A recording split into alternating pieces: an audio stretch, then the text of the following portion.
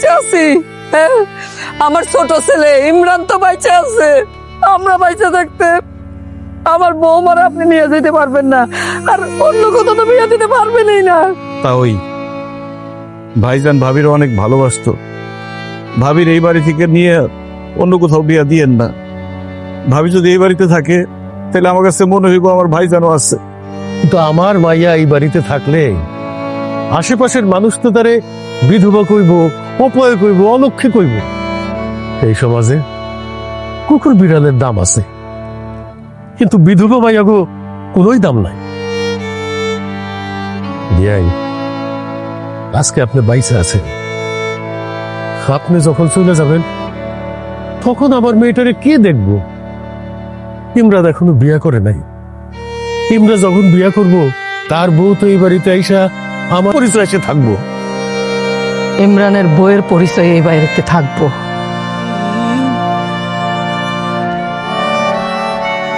মানে মানে আমি আমার ছোট ছেলে ইমরানের সাথে আমার বৌমার বিয়ে দিতে চাই।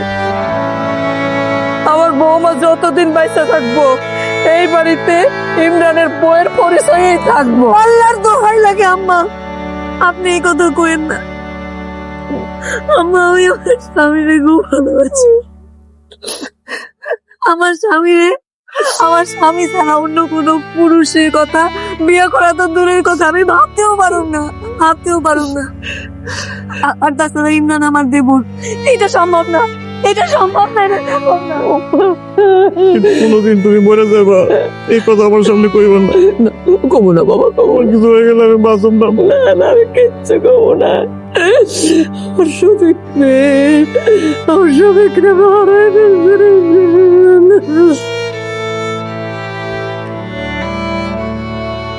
তারা ইমরান তার বড় ভাইরে অনেক ভালোবাসে, তাই ইমরান কোনোদিনই তার ভাইয়ের ভালোবাসার মানুষকে কষ্ট দিল না। বিয়াইন কইল ইমরানও তোরে বিয়া করতে রাজি আছে, তাই আমিও কই কি তুই ইমরানরে বিয়া করতে রাজি হয়ে যাবা। আব্বা, আব্বা তুমি এই কথা না কই আমার গলা রেডি পাবাই।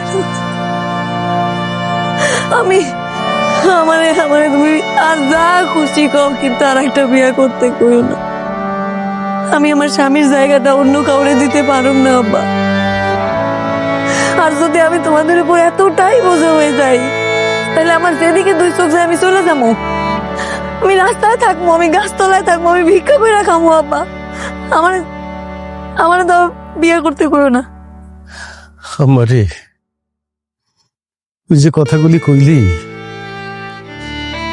এইগুলা মুখে কম যায়, তো বাস্তব বড়ই কঠিন রে মা। এই দুনিয়াটা এত সোজা না। তুই যে রাস্তায় রাস্তায় ঘুরবি, গাছতলায় ঘুমাবি, ভিক্ষা কইরা খাবি, কিন্তু আমাদের এই সমাজে মানুষ রূপী বহু জানোয়ার আছে। তারা কি তোরে একটা মুহূর্ত শান্তিতে থাকতে দিব না রে আম্মা, দিব না। আমাকে মতো এই সমাজে নারীরা একলা থাকতে পারে না রে মা, তারও একজন পুরুষের ছায়া দরকার হয়। আর ইমরান তোরে সারা জীবন সে ছায়া দিয়ে রাখবো, এইটা আমার বিশ্বাস। তুই অমত করিস না মা, তুই রাজি হয়ে যা। এইটা তোর বাপ্পার অনুরোধ, আদেশ। আমারে তুমি মাফ করে দাও আব্বা, আমি তোমার এই আদেশ মানতে পারুম না। ইমরান আমার দেবর, আমি তারে স্বামীর নজরে দেখতে পারুম না, তাই আমার পক্ষে তারে বিয়ে করা সম্ভব না আব্বা। ঠিক আছে, করিস না তুই ইমরান রে বিয়া, দরকার নাই তোর বিয়া করার। কিন্তু আমার মাইয়ার কষ্ট আমি সহ্য করতে পারব না। মানুষ আমার মাইয়ারে বিধবা কইব, অপয় কইব, অলক্ষী কইব, এটা তো আমি মাইনা দিতে পারুম না। সেই জন্য আমিও আমার দুই চোখ যেদিক যায় সেই দিকে চলে যাব। আর কতদিন তোর সামনে আসুন না, তারপরে তোর যা মন চায় তাই করিস। আব্বা, এমন কথা কইও না আব্বা। আমার জন্মের পর থেকে আমি তোমারে কোনোদিনও শান্তি দিতে পারি নাই। আমার তো তুমি খালি কষ্টই পাইছো আব্বা। আচ্ছা ঠিক আছে, ঠিক আছে, আমি যদি আমার দেবরে বিয়ে করলে তুমি শান্তি পাও, তাহলে আমি বিয়ে করব। আমি করব, ইমরানের বিয়ে করব।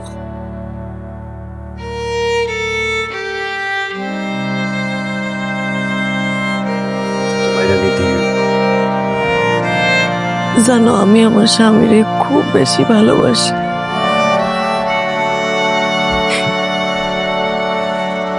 আমি কোনোদিন তোমার স্বামী হিসেবে মাইনে নিতে পারব না।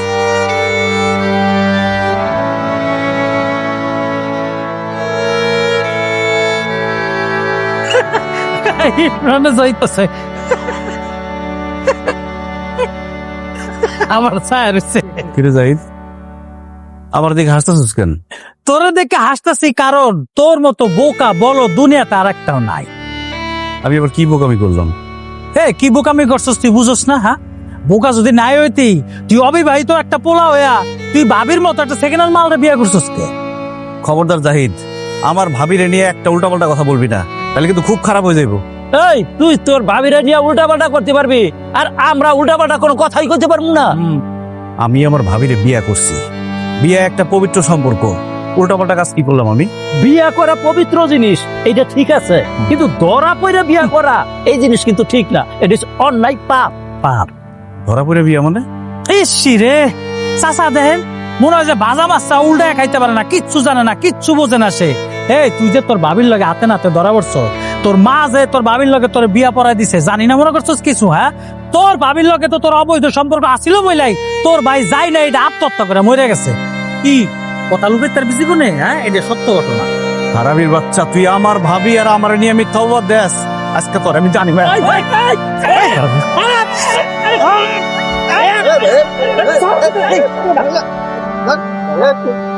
আমার নিষ্পাপ ভাবিরে নিয়ে যদি কোনোদিন বাজে কথা কস, তোর আমি ছাড়ব না জাহিদ।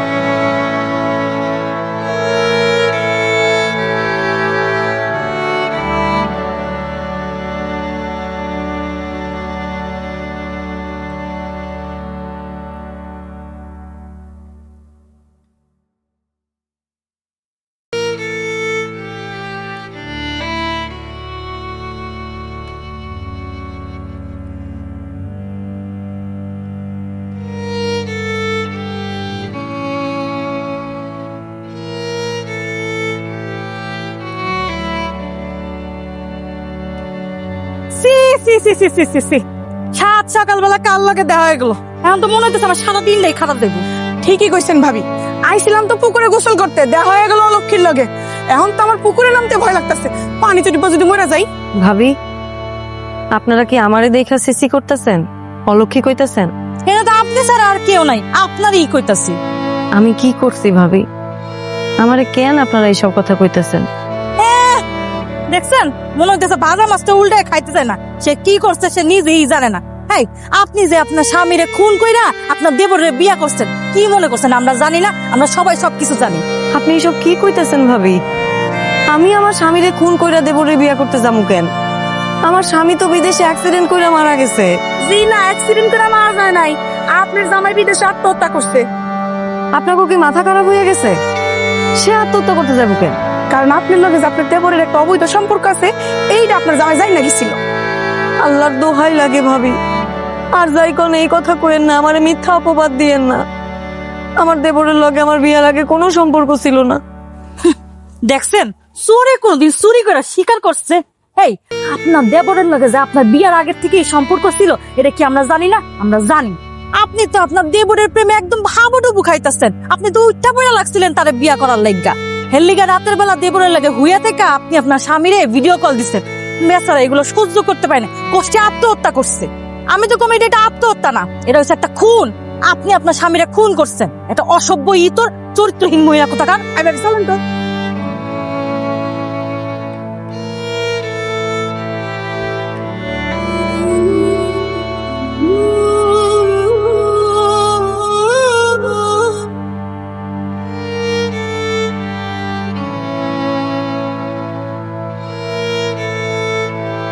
আপনার স্বামীরা খুন করছে, এটা অসভ্য ইতর চরিত্রহীন মহিলা কোথাকার।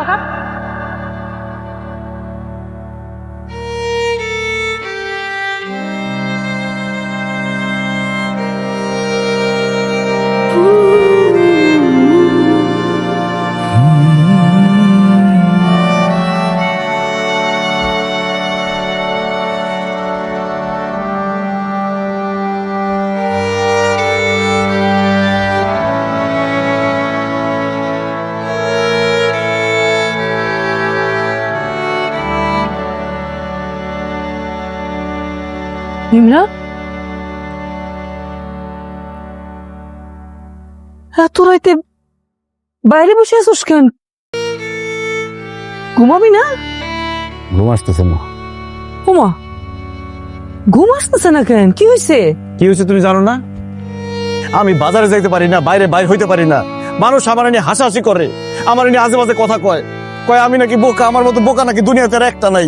কেন মানুষ এসব কথা কয় কেন তোরে? কারণ আমি আমার ভাবিরে বিয়ে করছি, এই জন্য।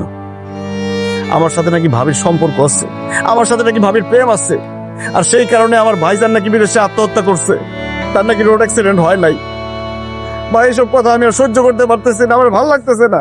বাবা রে, বৌমারও নাকি কিছু মানুষজন এরকম আজে বাজে কথা কয়। শোন না বাবা, এই যে আমাদের সমাজে সব মানুষ তো ভালো না বাবা, কিছু খারাপ মানুষ আছে না। তারা আসলে মনে করছিল কি জানো, আমার শফিক চলে যাওয়ার পর আমার সংসারটা ভাঙ্গা খান খান হইয়া যাবো। তুই যে বৌমারে বিয়া করছো, সংসারটাতে জোড়া লাগাইছো, সেটা তাকে সহ্য হইতেছে না, ওরা হিংসা করতেছে। তুই ওগো কথা কানে নিস না বাবা। কয়দিন কান্না দিয়ে থাকুন মা, আমার তো এই গ্রামে থাকতে হইব, এই সমাজের মধ্যেই থাকতে হইব, আমি একলা বাঁচতে পারুম না। আমার সাথে যদি ভাবির কোনো সম্পর্ক থাকতো তাহলে আমি সব মাইনে নিতাম, কিন্তু আমার সাথে তো ভাবির কোনো সম্পর্ক নাই, সম্পর্ক ছিল না। শুধুমাত্র তোমার কথা মতো আমি আমার ভাবির সুন্দর ভবিষ্যতের জন্য তারে বিয়ে করছি। তারপরও কেন মানুষের কথা শুনতে হইব আমার? বাবা রে, আমারে ভুল বুঝিস না, আমি তোকে ভালো লাগে এসব করছি। না মা, তুমি আমার ভালো লেগে এই কাজ করো নাই, তুমি আমার জীবনটাই নষ্ট করে দিছো। আমি তোর জীবন নষ্ট করছি? হ মা, তুমি আমার জীবনটাই নষ্ট করে দিছো। যে মানুষটার সাথে আমার বিয়ে দিছো, সে কোনোদিন আমার স্বামী হিসেবে মেনে নিতে পারবো না। আমি কোনোদিন তার কাছ থেকে স্বামীর অধিকার পাবো না। কও মা, আমার জীবনের কোনো দাম আছে? এখন আমার কাছে মনে হইতেছে ভাইজান না, আমি মরে গেলে সব থেকে ভালো হইতো। আমি যদি মরে যাইতাম তাহলে তোমরা কেউ কিচ্ছু হারাইতাম না।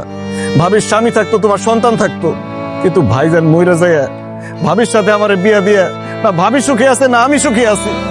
দুইটা মানুষের জীবন নষ্ট করে দিছো তুমি। এই সব কিছুর জন্য তুমি দায়ী। ভাইজানের টাকা পয়সা সম্পত্তির জন্য ভাবির সাথে আমার বিয়ে দিছো না? তুমি থাকো ওই টাকা পয়সা ধন সম্পত্তি নিয়ে। আমি মানুষের কথা সহ্য করতে পারুম না, মানুষের অপমান সহ্য করতে পারুম না। আমার কিছু ভালো লাগতেছে না মা। দেখো আমার দুই চোখ যেদিকে যায় আমি সেদিকে চলে যাবো একদিন। ইমরান, ইমরান কই যাইতেছস?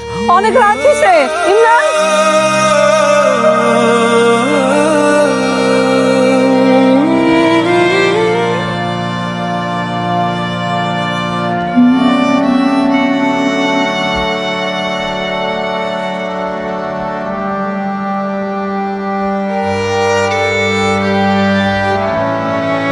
ভাবি, মা, মা, মা, কি হয়েছে? মা, ভাবিনি দেখছো? বৌমা রে? হ্যাঁ, না তো, ঘরে নাই। না ঘরে তো নাই। ঘুম থেকে ওঠার পরে দেখলাম যে বিছানার মধ্যে এই টাকা পয়সা, দলিল আর একটা চিঠি, কিন্তু ভাবিনি তো দেখতেছি না। কি চিঠি? কি লিখছে চিঠিতে? পড়। আল্লাহ, কি লিখছে? ইমরান, তুমি যখন চিঠিটা পড়বা আমি তখন অনেক দূরে চলে গেছি। কোথায় গেছি সেটা জানার চেষ্টা করো না, আমারে কোনোদিন খোঁজার চেষ্টা করো না। এই বাড়িতে আমি অনেক স্মৃতি রাইখা যাইতেছি, তোমার ভাইয়ের ভালোবাসা, আমার স্বপ্ন, আর অসংখ্য না বলা কষ্ট। তুমি আমারে সব সময় সম্মান দিছো, আগলায় রাখছো, কখনো একটু অসম্মান করো নাই। আমি জানি এই বিয়াটা আমাদের কারোর ইচ্ছায় হয় নাই, তবুও তুমি দায়িত্ব থেকে এক চুলো সইরা দাঁড়াও নাই। এই জন্য তোমার কাছে আমি সারা জীবন কৃতজ্ঞ থাকবো। কিন্তু ইমরান, এই সমাজ আমাদের সম্পর্কটারে কোনোদিন বুঝবো না। প্রতিদিনের অপবাদ, অপমান আমি না আর সহ্য করতে পারতেছিলাম না। তোমার ভাইয়ের স্মৃতি নিয়ে বাঁচতে চাইছিলাম, কিন্তু সেই স্মৃতিটারেও আজকা মানুষ কলঙ্ক বানায় ফেলছে। তাই আমি সরে যেতেছি। তোমার ভাইয়ের রাইখা যাওয়া সব সম্পত্তি সব তোমার নামে দিয়ে গেলাম। আর একটা কথা, সুমিরে বিয়া করো। ও তোমারে সত্যি ভালোবাসে। তোমার জীবনে সুখ আসুক, শান্তি আসুক, ভালোবাসা আসুক, এটাই আমার দোয়া। আম্মা, আপনার কাছে আমার একটা কথা। আমি জানি আপনি খারাপ চাই কিছু করেন নাই। আপনি শুধু আপনার ছেলের কষ্টের উপার্জনটুকু বাঁচাইতে চাইছিলেন। কিন্তু আম্মা, একটা সম্পর্করে জোর করে বাইধা রাখা যায় না। আমি চেষ্টা করছি আম্মা, সত্যি খুব চেষ্টা করছি মাইনা নিতে। আমি পারি নাই। আপনি আমারে নিজের মেয়ের মতোই রাখছেন, সেই জন্য আমি কৃতজ্ঞ। কিন্তু আম্মা, আমি আর থাকতে পারতেছি না। আমার চলে যাওয়াটারে দয়া করে ভুল বুঝবেন না।